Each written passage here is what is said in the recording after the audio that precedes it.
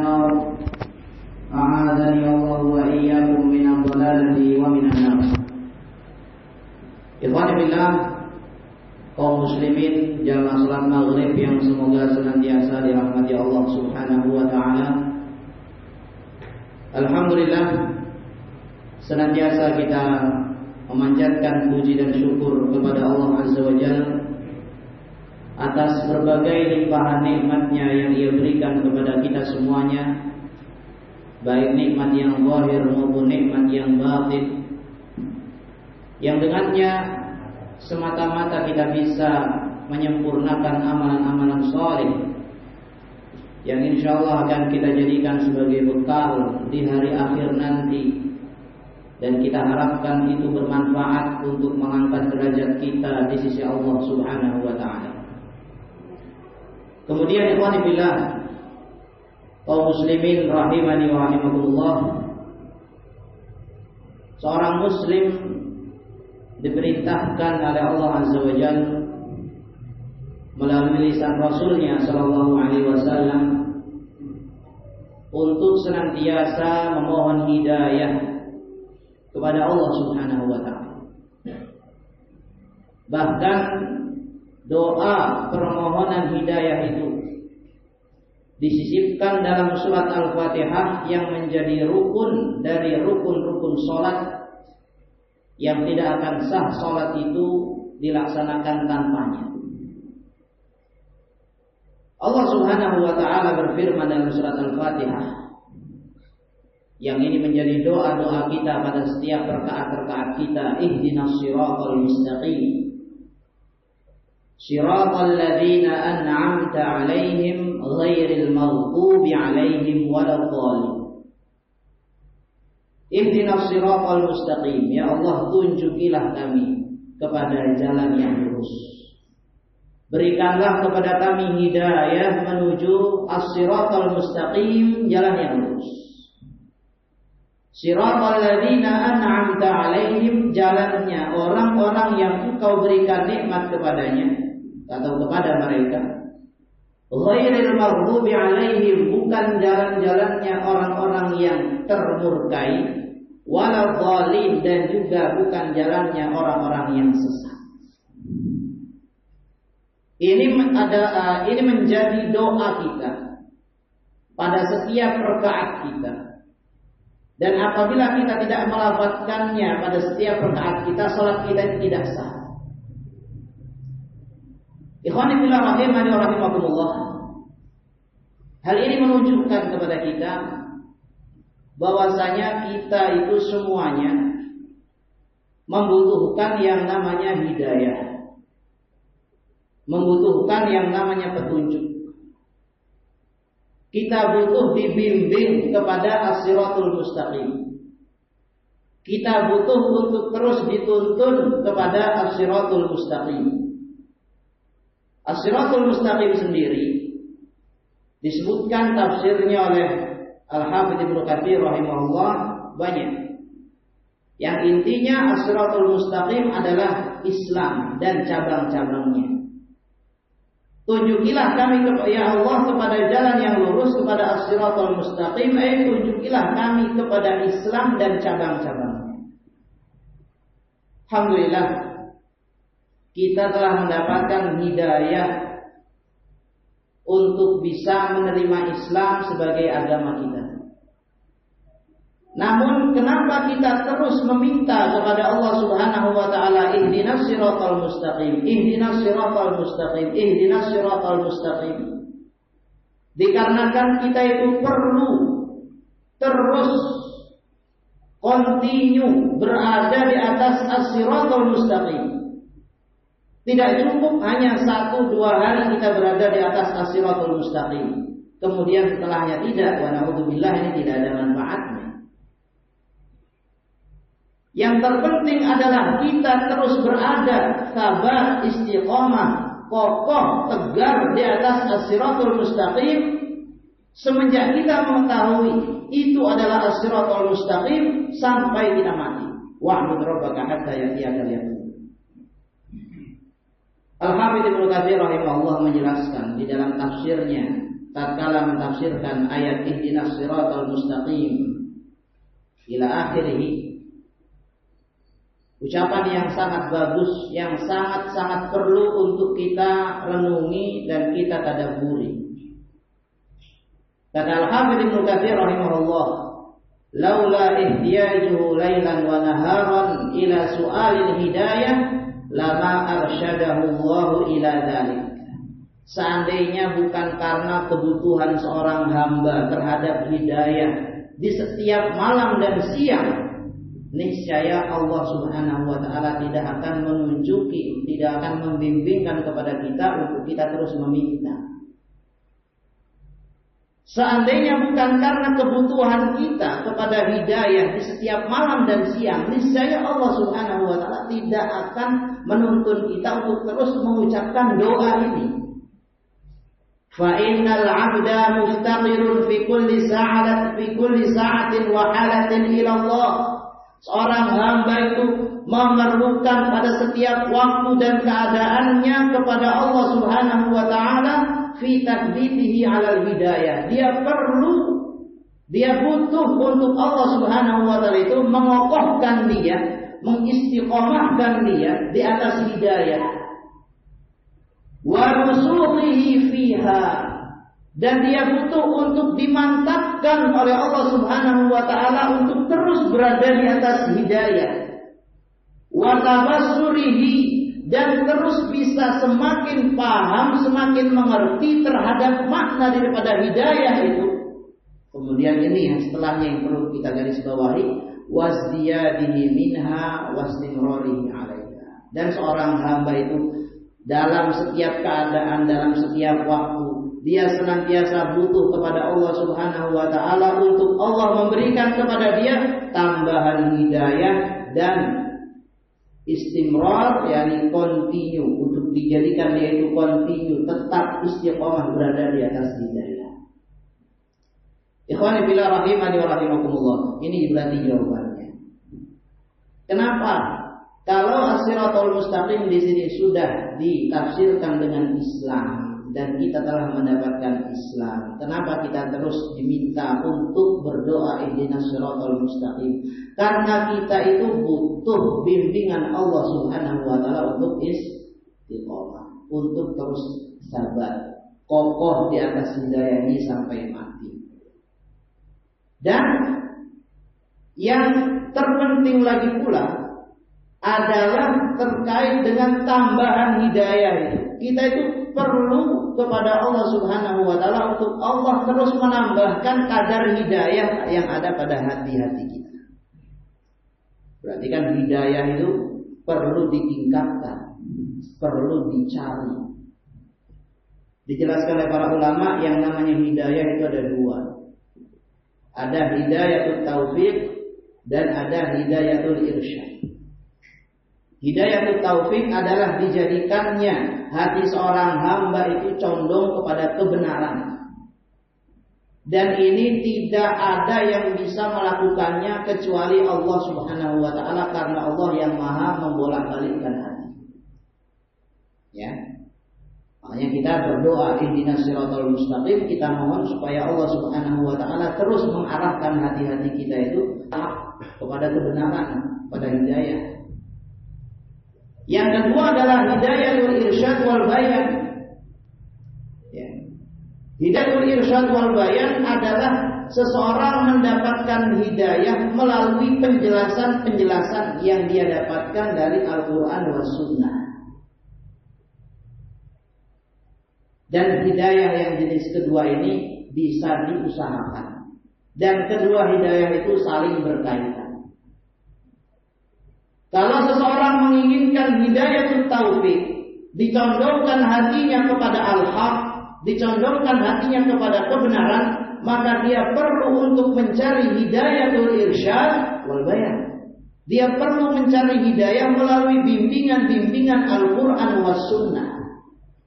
Berarti ikhwan fillah rahimakumullah, selain makna daripada ihdinas siratal mustaqim, ya, maknanya adalah kita memohon kepada Allah Subhanahu wa taala untuk dikokohkan dimantapkan, ditegarkan di atas hidayah. Makna selanjutnya adalah tatkala kita berdoa dengan ihdinas siratal mustaqim, kita menyadarkan diri kita untuk melakukan ikhtiar. Bagaimana caranya supaya saya mendapatkan as-siratal mustaqim ini? Sama seperti halnya tatkala seorang berdoa, Allahumma rzuqni, ya Allah berikan rizki kepadaku. Ya Allah berikanlah kepadaku rizki berupa anak-anak. Ya Allah berikanlah kepadaku rizki berupa harta. Ya Allah berikan kepadaku kecukupan dalam maisha, dalam penghidupan. Dan tatkala seorang berdoa dengan doa ini kan dia tidak lantas kemudian berpangku tangan. Ya Allah berikan rizki kepadaku, kemudian dia hanya duduk di rumahnya, tidak keluar dari rumahnya mencari maisha. Dia tidak bekerja dan seterusnya. Tatkala ditanya kenapa? Karena saya sudah berdoa. Ini kan orang yang kurang dalam tawakalnya. Ya Allah berikanlah kepadaku rizki berupa anak-anak keturunan, tapi dia selalu membujang. Dia tidak mau menikah. Lantas seperti apa dia mau mendapatkan anak kan? Doa memang bagian besar daripada ikhtiar seorang hamba. Itu akan menyempurnakan tawakalnya seorang hamba. Tapi bagaimana usaha yang diusahakan itu? Apa yang dia kerahkan untuk mendapatkan perkara yang dia mohon kepada Allah Subhanahu wa taala itu? Karena di dunia ini Allah jadikan ada sebab dan ada akibat. Kalau seseorang melaksanakan sebabnya, dia akan mendapatkan akibatnya. Kalau akibat yang dia inginkan adalah akibat yang baik, keberakhiran yang baik, maka sebab yang dia lakukan tentunya sebab yang baik. Begitu pula sebaliknya. Nah, tatkala seorang hamba berdoa ihdinas siratal mustaqim, maka fahamilah oleh kita semuanya ayyuhal mu'minun, kita juga perlu untuk terus menggali, mengkaji dan mempelajari apa itu as-siratal mustaqim. Karena kata para ahli tafsir, as-siratal mustaqim itu adalah Islam dan cabang-cabangnya. Cabang-cabang Islam ini apa saja? Rasul alaihi salatu wasallam mengajarkan kepada umat manusia tauhid dan akidah. Bagaimana usaha kita untuk mengetahui akidah dan tauhid yang benar itu? Rasul alaihi salatu wasallam mengajarkan kepada umat manusia tata cara ibadah. Ini termasuk daripada as-siratal mustaqim. Kemudian bagaimana usaha kita untuk bisa beribadah sesuai dengan yang dituntunkan oleh Rasul alaihi salatu wasallam? Berarti jawabannya adalah belajar, mengkaji, mempelajari, mendalami cabang-cabang Islam, perkara-perkara yang diajarkan oleh Rasul alaihi salatu wasallam kepada para sahabatnya. Ikhwani billah rahimani wa rahimakumullah. Intinya yang namanya hidayah itu perlu dicari. Kita perlu bergerak. Kita perlu berusaha. Bahkan terkadang kita perlu berkorban. Saya bawakan kisah dari seorang sahabat yang mulia, Salman Al-Farisi radhiyallahu anhu. Beliau adalah seorang anak dari ahli ibadahnya orang-orang Majusi. Dan Salman Al-Farisi itu adalah nisbah kepada kata Faris. Faris itu Persia. Salman Al-Farisi, Salman orang Persia. Dan Persia masyhur di masa dahulu menjadi basis penyembahan api orang-orang Majusi. Dan Salman anaknya ahli ibadahnya orang-orang Majusi. Sampai-sampai Salman dijadikan sebagai penjaga api di saat itu. Dalam sebuah kesempatan, ayahnya Salman Al-Farisi memerintahkan kepada Salman ini untuk mengurusi kebun di suatu tempat. Kemudian Salman Al-Farisi dia melewati sebuah gereja orang-orang Nasrani. Dia mendengar suara orang-orang Nasoro ini sedang sholat, sedang ibadah, sembahyang di gerejanya mereka. Kemudian Salman pun masuk melihat, ternyata apa yang dia dapati membuat dirinya takjub. Ya. Sampai Salman melihat mereka hingga matahari tenggelam. Setelah itu Salman pun bertanya kepada salah seorang dari Nasoro yang ada di sana, agama kalian ini asalnya dari mana? Agama kalian ini asalnya dari mana? Maka orang tadi mengatakan asalnya dari Syam, dari Damaskus. Setelahnya Salman ketahuan oleh ayahnya ternyata menghadiri gerejanya orang-orang Nasoro, kemudian dikekang di penjara istilahnya supaya tidak ketemu orang-orang. Namun takdir Allah Subhanahu wa taala, qadarallahu ma syaa fa'al, Salman akhirnya dengan cerita yang panjang berhasil kabur dari tempat ayahnya menuju Damaskus, ke tempat asal daripada agama Nasrani itu muncul, menurut apa yang dia dapatkan dari orang yang ada di gereja tadi. Tatkala sampai di Damaskus, Salman Al-Farisi tidak tinggal diam. Dia mencari siapa orang yang paling ahli ibadah di antara kalian, itu siapa, yang orang yang paling berilmu. Orang-orang di Damaskus menunjukkan uskuf fulan. Dalam riwayatnya disebutkan uskuf. Jadi memang masyhur ini bahasa Arab juga, uskuf. Uskuf fulan. Maka Salman pun bergerak ke gereja itu, menyampaikan keinginannya, ingin belajar, ingin mendapatkan petunjuk seperti apa yang benar dalam ibadah itu. Karena dia meyakini penyembahan terhadap api itu batil. Salman Al-Farisi pun ikut bersama si uskuf tersebut. Kemudian berjalan waktu, ternyata uskufnya orang rusak, memerintahkan orang-orang buat sedekah, tapi ternyata hasil sedekahnya malah ditimbun. Alhasil hal itu dibongkar setelah kematian si uskuf tadi oleh Salman kepada orang-orang yang akan menguburkan si uskuf ini, dan akhirnya si uskuf tidak jadi untuk dikubur. Akhirnya dia malah disalib, kemudian dirajam. Setelahnya datang menggantikan si uskuf ini, posisinya seorang yang alim terhadap Injil dan orangnya baik. Salman mengikuti si uskuf ini sampai meninggal. Dan tatkala meninggal, Salman apa? Meminta wasiat. Setelah kamu meninggal, kemana saya harus mengarah? Dengan siapa saya harus ikut? Kepada siapa saya harus belajar? Ini kan berarti mencari hidayah. Kata dia, orang-orang sekarang ini sudah banyak berubah-ubah ajarannya Nabi Isa, kecuali satu orang yang ada di Mosul, di Irak sana. Pergi kamu ke sana. Pergi ke Irak. Berjalan dari Damaskus ke Irak. Untuk apa? Mencari hidayah. Untuk belajar. Untuk mengerti as-siratal mustaqim itu yang mana. Di Mosul dia bertemu dengan rohibnya, dengan ahli ibadahnya. Kemudian tatkala meninggal juga bertanya dengan wasiat yang sama, kemana lagi saya harus mengarah setelah kamu meninggal ini. Diarahkan ke Nusairi, daerah yang ada di Turki. Sampai di sana juga sama, setelah meninggal kemudian diarahkan, dia minta wasiat lagi, saya setelah ini harus kemana. Terus dia mencari. Kamu harus ke Amuria. Amuria juga daerah Turki sana. Baik. Setelah meninggal, sebelumnya Salman juga bertanya dengan pertanyaan yang sama. Setelah ini saya harus kemana lagi? Tapi menurut si rahib yang ada di Amuria itu, sudah tidak ada lagi orang yang sesuai dengan ajarannya Nabi Isa sekarang ini. Tapi kamu sudah berada di zamannya Nabi.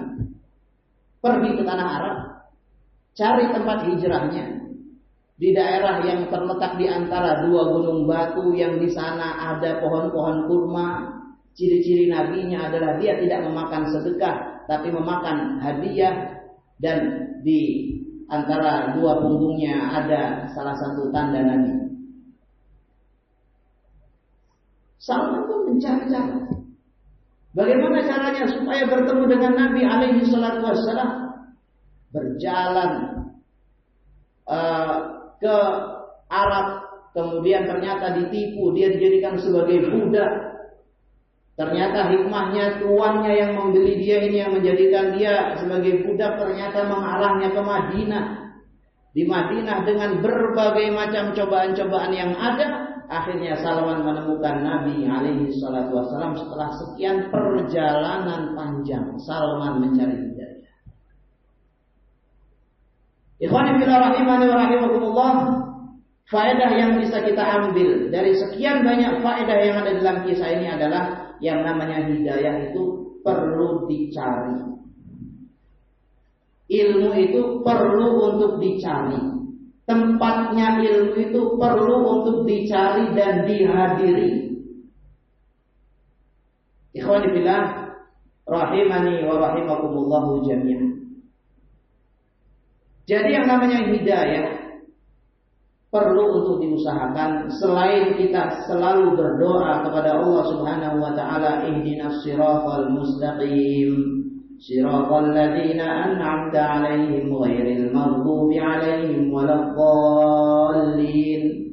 Dan kita selalu mengaminkan kan? Amin. Setelah itu apa? Berusaha. Cari cara, berupaya supaya saya paham as-siratal mustaqim itu bagaimana. Caranya adalah belajar, menghadiri majelis-majelis ilmu, menghadiri kajian-kajian.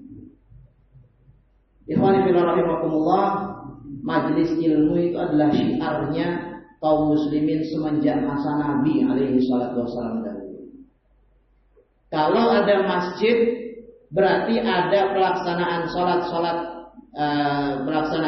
jamaah, ada pelaksanaan sholatul Jumat, dan ada penyampaian ilmunya, ada majelis taklimnya. Ini sudah syiarnya kaum muslimin semenjak dahulu, semenjak masanya Nabi alaihi salatu wassalam. Kesempatan-kesempatan berkumpulnya beliau alaihi salatu wassalam dengan para sahabatnya selalu dimanfaatkan untuk mengkaji, mempelajari ilmu-ilmu yang ada. Sehingga ahlus sunnati wal jamaah, orang-orang yang mengaku mengikuti sunnah dan mengikuti jamaah, mengikuti para sahabat ridwanullahi alaihim ajma'in, syiarnya mereka adalah syiar yang disyiarkan oleh Rasul alaihi salatu wassalam dan para sahabatnya, yaitu menuntut ilmu, mengkaji ilmu, mempelajari ilmu.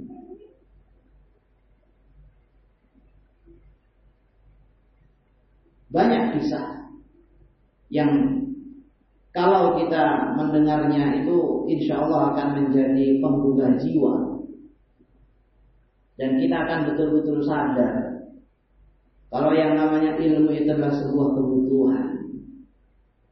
Makanya Rasul alaihi salatu wassalam mengatakan thalabul ilmi fardhatun ala kulli muslim. Yang namanya menuntut ilmu itu adalah sebuah kewajiban bagi setiap muslim, kewajiban, sebuah keharusan.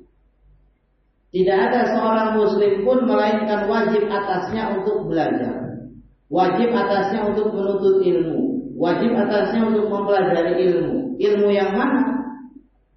Ilmu yang wajib untuk dia amalkan dalam ibadah-ibadah wajibnya sehari-hari. Tatkala dia harus sholat 5 waktu, maka dia harus mempelajari ilmunya supaya dia sholat sesuai dengan bimbingan Al-Quran wa Sunnah. Tatkala dia mau puasa juga sama. Tatkala puasa yang dia lakukanlah puasa yang wajib, maka dia juga harus melaksanakan puasanya sesuai dengan bimbingan Al-Quran wa Sunnah. Tatkala dia mau berzakat, tatkala dia mau berhaji, tatkala dia mau bermuamalah, dia pelajari ilmunya supaya apa yang dia lakukan itu sesuai dengan Al-Quran wa Sunnah, sesuai dengan bimbingan Nabi alaihi salatu wassalam. Wa khairul huda huda Muhammad sallallahu alaihi wasallam, dan sebaik-baik petunjuk adalah petunjuknya Nabi Muhammad sallallahu alaihi wasallam. Ikhwani billah rahimani wa rahimakumullah jami'an. Ini untuk diri-diri kita semuanya. Ini adalah pengingat untuk diri-diri kita semuanya. Bahwasanya majelis-majelis ilmu itu adalah sesuatu yang penting, yang harus kita perhatikan, yang harus kita hidupkan selama keadaan itu memungkinkan. Alhamdulillah. Kondisi tahun-tahun ini kita lewati dengan dilematis. Segala gangguan-gangguan dan cobaan-cobaan yang ada, musibah yang Allah Subhanahu wa taala timpakan kepada kita, membuat kita terhenti dari berbagai macam aktivitas, termasuk di antaranya adalah aktivitas taklim. Qadarallahu ma syaa'a. Ini semuanya tentunya ada hikmahnya. Dan yang paling besar di antaranya yang menjadi pelajaran buat kita itu ternyata lemah. Kita sebagai manusia itu ternyata lemah. Lemah dalam banyak hal. Lemah fisiknya, lemah kesemangatannya, lemah ilmunya, semuanya. Kita adalah orang yang serba lemah. Maka janganlah engkau ridho dengan kelemahanmu itu, dan engkau tidak mau membuat dirimu itu yang lemah menjadi sedikit kuat. Engkau ridho dengan kebodohanmu, dan engkau tidak mau mengangkat dirimu sedikit, walaupun sedikit dari kebodohan itu menjadi ilmu, menjadi paham, menjadi mengerti. Maka bertolabul ilmilah, kajilah ilmu, pelajari ilmu. Manfaatnya adalah untuk diri-diri kita dan untuk keluarga kita, dan kita harapkan ilmu yang kita pelajari bermanfaat dengan lingkup yang lebih luas. Ikhwan fillah rahimani wa rahimakumullah jami'an.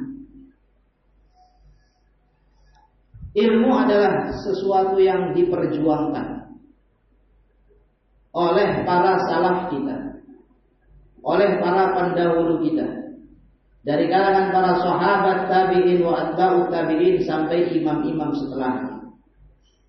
Ilmu adalah sesuatu yang penting. Ilmu adalah sesuatu yang berharga. Ilmu adalah sesuatu yang mulia, yang terus diperjuangkan oleh mereka para salaf. Mereka berusaha, mereka berupaya, bahkan terkadang berkorban untuk mendapatkan ilmu tersebut. Banyak kisah dalam masalah ini, di antaranya yang masyhur adalah kisahnya sahabat yang mulia Jabir bin Abdullah radhiyallahu anhu. Seorang sahabat yang dikenal di masanya, yang tinggal di Madinah. Pada suatu hari dia mendengar bahwasanya ada hadis yang disampaikan oleh sahabat yang lain yang bernama Abdullah bin Unais yang berada di Damaskus, di Syam. Tapi Jabir bin Abdullah ingin mendengar hadis itu langsung dari Abdullah bin Unaisnya. Tapi posisinya jauh. Jabir bin Abdullah di Madinah, Abdullah bin Unais ada di Damaskus. Bagaimana? Maka Jabir bin Abdullah demi mendengarkan satu hadis itu, demi mendapatkan satu ilmu itu, maka dia pun menjual apa yang dia miliki, dan dia belikan dengan hasil penjualannya itu satu ekor unta. Kemudian dia naiki, dia tunggangi untanya itu selama 1 bulan perjalanan dari Madinah ke Damaskus. Dan sampai Damaskus dia pun bertemu dengan Abdullah bin Unais, dan setelah mendapatkan hadis tersebut langsung dari Abdullah bin Unais, dia langsung berpaling pergi ke Madinah. Harta dikorbankan, waktu dikorbankan, tenaga dikorbankan.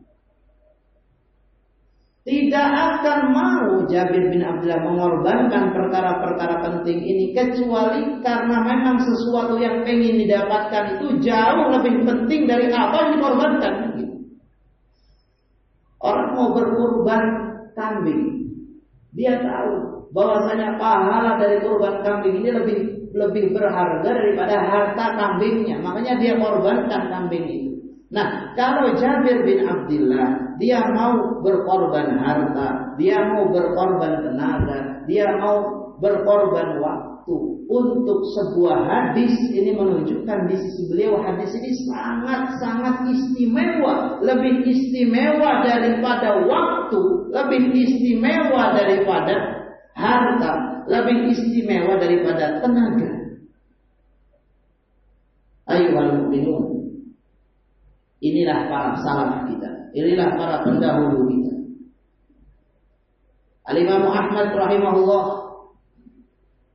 beliau juga memiliki kisah thalabul ilmi yang sangat-sangat masyhur.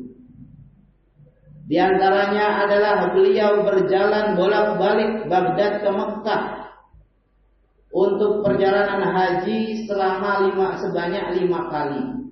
Dan 3 kalinya itu memang beliau niatkan untuk bertemu dengan ulama-ulama yang berada di penjuru dunia berkumpul di Mekah untuk berhaji.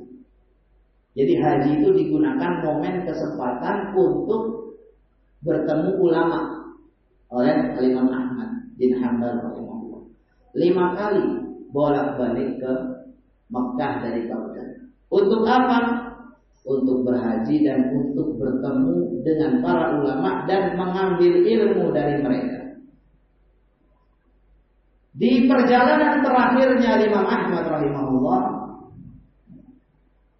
beliau melakukan perjalanan dari Baghdad, Irak ke Son'a, yaitu ke Yaman, untuk bertemu salah seorang ulama yang bernama Abdul Razak As-Son'ani rahimahullah. Berjalan kaki dengan bekal seadanya, menghabiskan waktu perjalanan yang luar biasa, menghabiskan tenaga yang tentunya tidak sedikit, menghabiskan perbekalan yang juga tidak sedikit, mau mengorbankan hal-hal di atas untuk mendapatkan ilmu dari seorang alim yang ada di Son'a. Hingga Allah Subhanahu wa ta'ala pun angkat derajat beliau dengan ilmu yang istimewa yang terus beliau kejar, yang terus beliau cari sepanjang hidup beliau rahimahullah rahmatan wasi'ah. Al-Imam Baqi bin Makhlad juga punya kisah yang luar biasa. Al-Imam Baqi bin Makhlad ini adalah salah seorang ulama yang berasal dari negara Andalus. Andalus itu kalau sekarang daerah-daerah Spanyol. Dulu Spanyol itu menjadi basis ilmu luar biasa. Dulu ahli tafsir, ahli bahasa, ahli fikih itu banyak keluar dari Spanyol. Di antaranya adalah Al-Imam Baqi bin Makhlad, penulis kitab hadis terpanjang, itu berasal dari Eropa, berasal dari Spanyol. Salah seorang ulama yang menjadi rujukan mazhab Maliki juga dari Andalus, Ibn Abdul Bar, dari Spanyol. Jadi dulu Spanyol memang menjadi pusat ilmu dahulu. Nah, Baqi bin Makhlad ini pernah berjalan ke Baghdad untuk mendapatkan hadis, mendengarkan hadis dari Al-Imam Ahmad rahimahullah rahmatan wasi'ah. Perjalanan beliau tempuh dan hingga akhirnya tatkala beliau ada di Baghdad, ternyata Imam Ahmad sedang dilarang untuk menyampaikan hadis di halayak ramai. Karena di saat itu pemerintah yang condong kepada ahlul bid'ah. Jadi Imam Ahmad dicegah untuk menyampaikan hadis. Tapi Al-Imam Baqi bin Makhlad tidak putus asa. Dia pun mendatangi Imam Ahmad, "Wahai Imam, saya berasal dari barat. Saya berasal dari Andalus. Saya datang ke sini buat mencari hadis darimu, tapi kamu malah terlarang untuk menyampaikan hadis. Maka Imam Ahmad rahimahullah pun memberikan solusi. Wahai anakku, datanglah setiap hari kamu dengan baju pengemis. Datanglah ke rumahku. Mintalah kepadaku. Mengemislah kepadaku bahan seperti itu. Saya akan berikan kepadamu 1 buah roti dan ada 1-2 hadis. Saya kasih ke kamu. Dan mau. Jadi Imam Bakr bin Makhlad pun setiap hari mendatangi mengetuk rumahnya Imam Ahmad dengan baju yang compang-camping, dengan baju pengemis. Setiap hari ke rumah Imam Ahmad dan oleh Imam Ahmad dikasih sebuah roti, kemudian disampaikan kepadanya 1 hadis, terkadang 2 hadis. Dan itu bertahan berapa lama? Kira-kira berapa hari atau berapa bulan? Bertahun-tahun. Sampai Bakr bin Makhlad mendapatkan hadis yang banyak dari Imam Ahmad di masa beliau tidak boleh menyampaikan hadis di khalayak ramai. Dengan metode seperti tadi. Sabar, pakai baju pengemis, pakai baju compang-camping. Ikhwan fillah rahimakumullah. Artinya apa? Berkorban. Para ulama ini mau berkorban untuk mendapatkan ilmu. Kenapa? Ilmu itu adalah sesuatu yang istimewa, sesuatu yang berharga. Sampai-sampai harga diri mereka jatuhkan demi ilmu. Mau untuk berpakaian dengan pakaian compang-camping demi dapat hadis.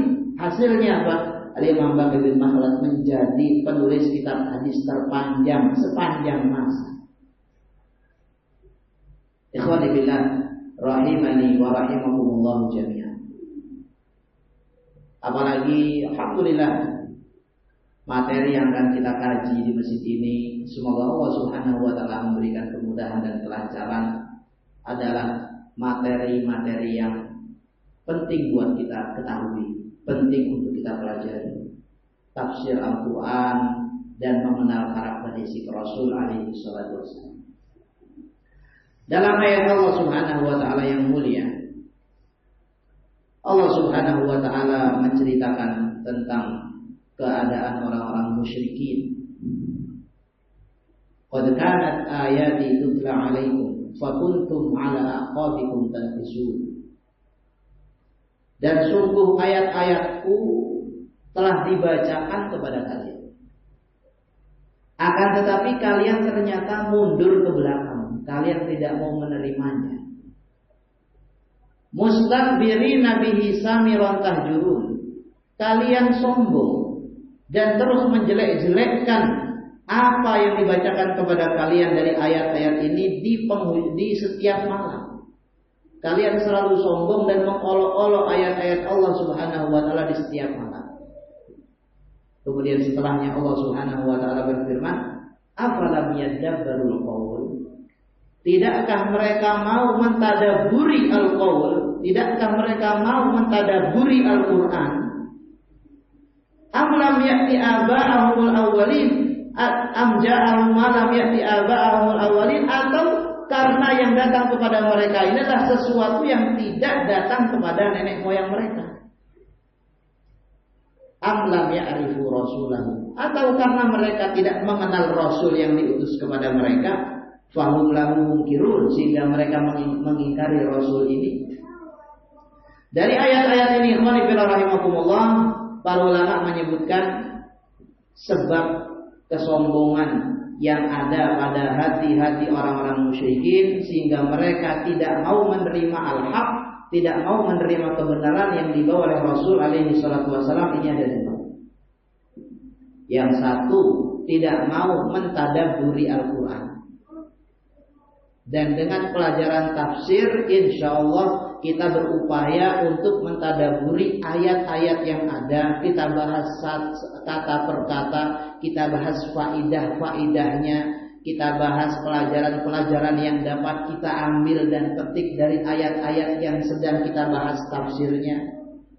Ini termasuk upaya kita mentadabburi Al-Quran, supaya terhindar dari salah satu sebab yang menyebabkan orang-orang musyrikin tidak mau menerima al-haq yang dibawa oleh Rasul alaihi salatu wassalam.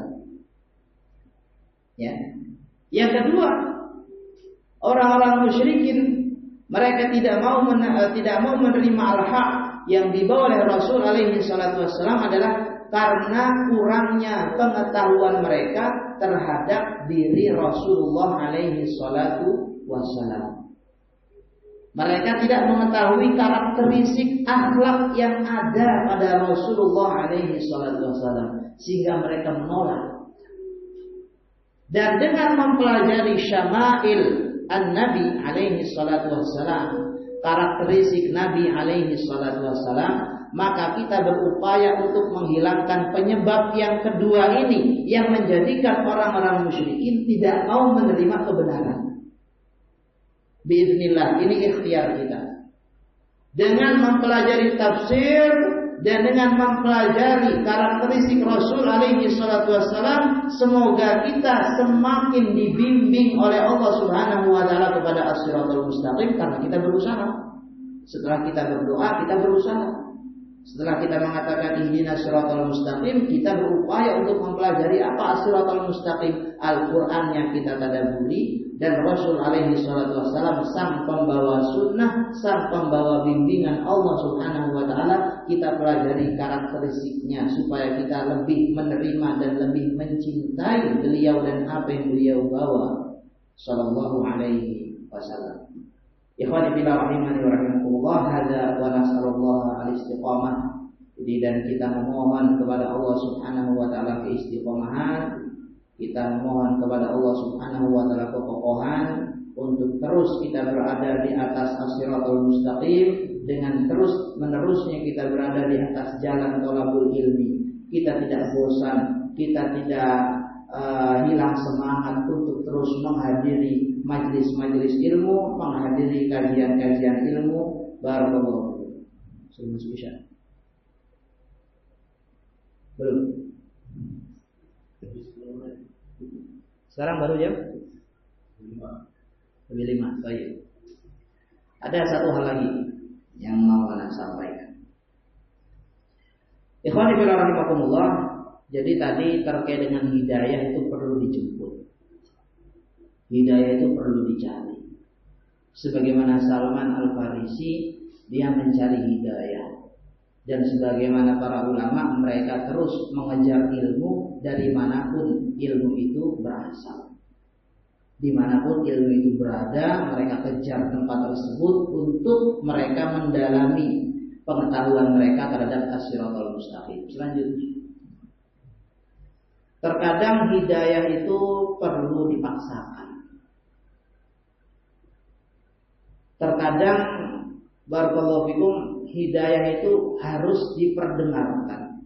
Meskipun orang yang kita harapkan dia mendapatkan hidayah itu tidak mau mendengar. Maksudnya begini. Terkadang barakallahu fikum, kalau ada orang yang berada di bawah kendali kita, di bawah kepemimpinan kita, anak kita, istri kita, atau siapapun itu yang berada di bawah tanggung jawab kita, tatkala mereka belum mendapatkan hidayah dan tidak mau mencari hidayah itu, terkadang hidayah itu perlu untuk dipaksakan. Apa dalilnya? Kisah yang disebutkan terkait dengan Islamnya Sumamah ibnu Utsalah. Sumamah ibnu Utsalah adalah seorang pemuka musyrikin yang berada di daerah Najd. Najd itu daerah Riyadh sekarang, ibu kota Saudi Arabia.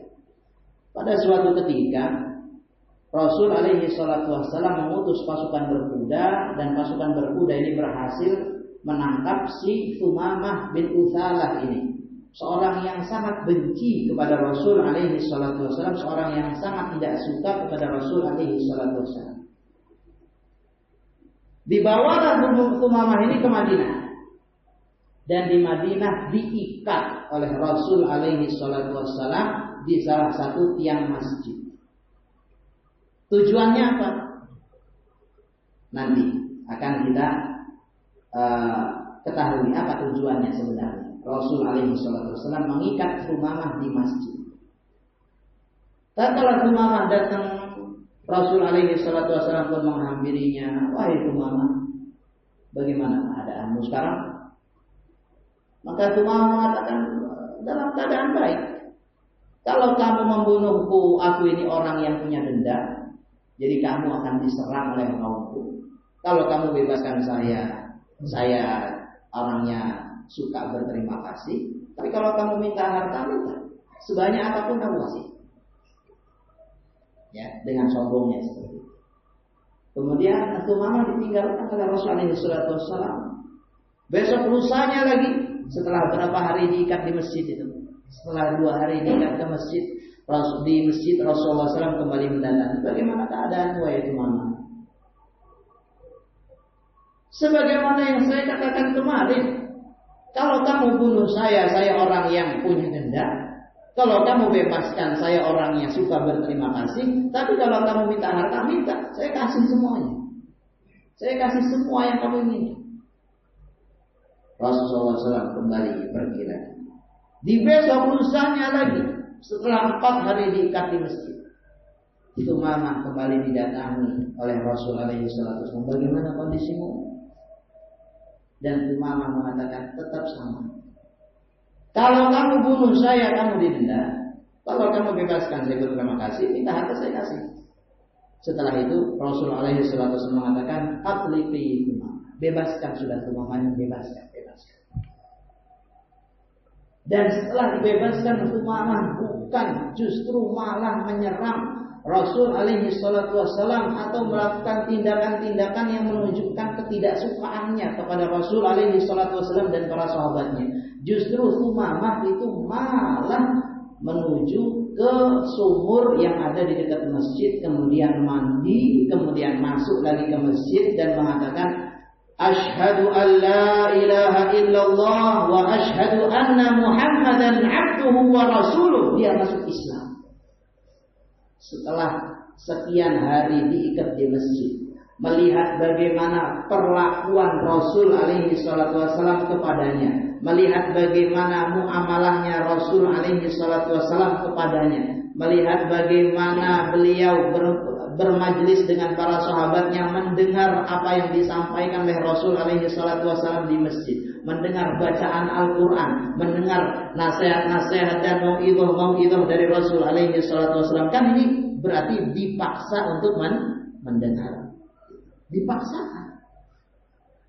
Kenapa dipaksa? Ya karena yang namanya tawanan itu kan berada di bawah kekuasaannya orang yang menawan. Jadi berhak saja untuk memaksa. Dengar ini. Akhirnya dia pun terbuka. Yang tadinya tidak mengetahui bagaimana sifat Rasul alaihi salatu wassalam, ternyata setelah mengetahui itu, dia justru malah berbalik arah, mau masuk ke dalam Islam, sampai-sampai dia mengatakan, "Wallahi ma kana 'ala wajhil ardi abghadha ilayya min wajhik, faqad asbaha wajhuka ahabbal wujuhi ilayya." Wahai Muhammad sallallahu alaihi wasallam, tidak ada di muka bumi ini satu wajah pun yang lebih aku benci dibandingkan wajahmu. Tapi sekarang wajahmu menjadi wajah yang paling aku cintai.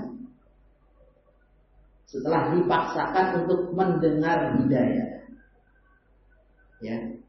Kemudian, "Wallahi ma kana min dinin abghadha ilayya min dinik fa asbaha dinuka ahabbad dini kullihi ilayya." Dan demi Allah, tidak ada satu agama pun di muka bumi ini yang lebih saya benci dibandingkan agamamu. Tapi sekarang agamamu menjadi agama yang paling saya sukai, agama yang paling saya cintai.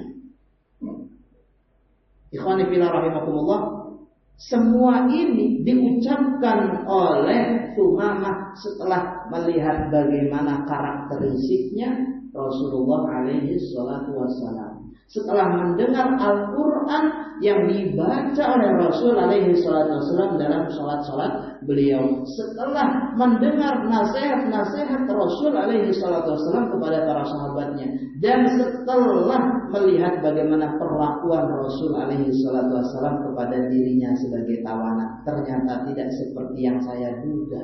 Setelah melihat, setelah dipaksa untuk mendengar, setelah dipaksa untuk melihat, setelah dipaksa untuk belajar, hidayah itu pun masuk. Dan ini termasuk bagian daripada upaya dan usaha kita untuk kita menghadirkan hidayah kepada orang-orang yang kita cintai, dari keluarga kita, istri kita, anak-anak kita.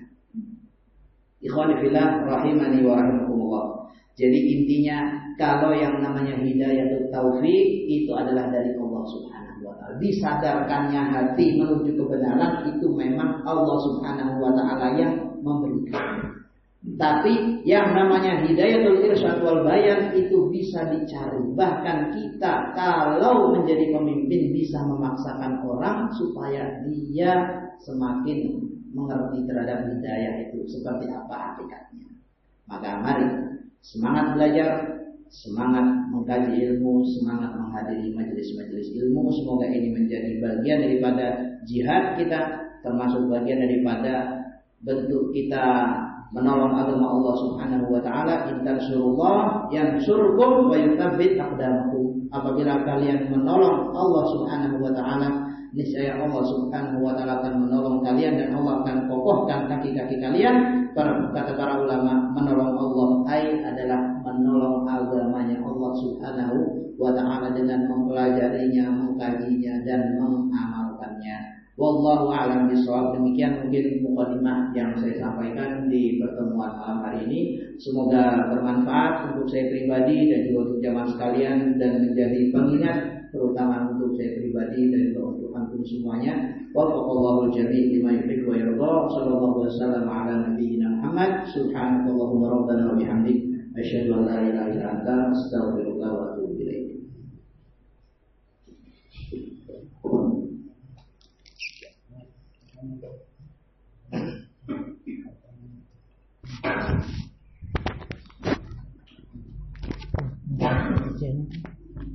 Mecenya.